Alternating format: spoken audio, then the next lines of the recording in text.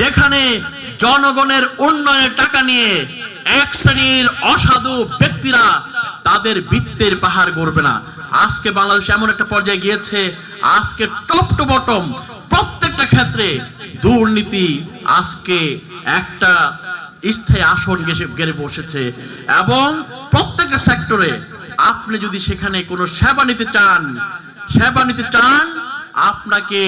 আপনি যদি ঘুষ না দেন একটা ফাইলও নড়বে না।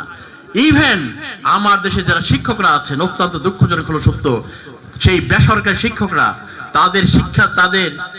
তাদের সেই শিক্ষকতার জীবন শেষ হলে তাদের যে পেনশনের টাকাটা, সেই পেনশনের টাকাটা পর্যন্ত চুরি হয়ে যায়।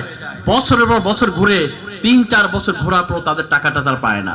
প্রিয় ভাই আমার, সকল ক্ষেত্রেই এইভাবে দুর্নীতি, অনিয়ম, রাহাজানি আজকে নিয়মে পরিণত হয়েছে। এইরকম মানুষকে আপনারা চান? এর পরিবর্তন কি আপনারা চান? আমরা যদি চাই একটা চাঁদাবাজ মুক্ত দেশ, একটা ভূমিদস্যুতা মুক্ত দেশ, একটা রাহাজানি মুক্ত দেশ, সেই দেশ যদি আমরা পেতে চাই, তাহলে অবশ্যই এই দেশের নেতৃত্বের আমূল পরিবর্তন আনতে হবে। আমরা যদি একটা ভালো দেশ চাই, ভালো মানুষ ছাড়া একটা ভালো দেশ কখনো আমরা কল্পনা করতে পারি না। আমরা যদি একটা সুন্দর দেশ চাই, সুন্দর মনের সাদা মনের মানুষরা যদি সেই সংসদে না যায়, এই দেশ কখনো পরিবর্তন হবে না। আমরা যদি একটা দুর্নীতিমুক্ত দেশ চাই, যারা নিজেরা ব্যক্তিগতভাবে কোনো দুর্নীতির সাথে জড়িত না, যারা 1 টাকার দুর্নীতি অনিয়ম করলেও তারা আল্লাহর ভয়ে যাদের হৃদয়ে